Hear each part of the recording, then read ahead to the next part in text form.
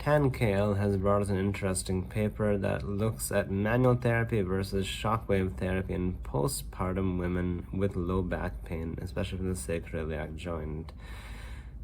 Back pain in women with pregnancy is an ongoing issue that people don't have very good options for.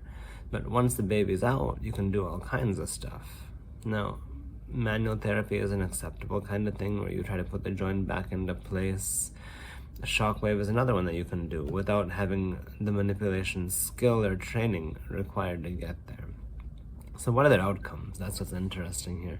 They get 90 patients who have sacroiliac dysfunction. They track them from beginning to end, and they see that the shockwave does reduce pain. But in the long run, the outcomes are inferior compared to manual therapy.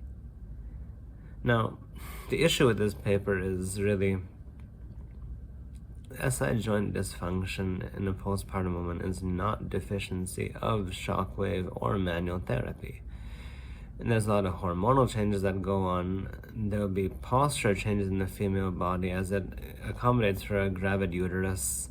And from there, if these two things are expected to be a cure, it's obviously a fallacy. There should be some degree of recovery exercise programs and that kind of stuff to help these patients. But as an adjuvant to all that, fine, there's no problem. If you don't have the skill to do manual therapy, get a shockwave. You can bring the pain down, that's a good thing.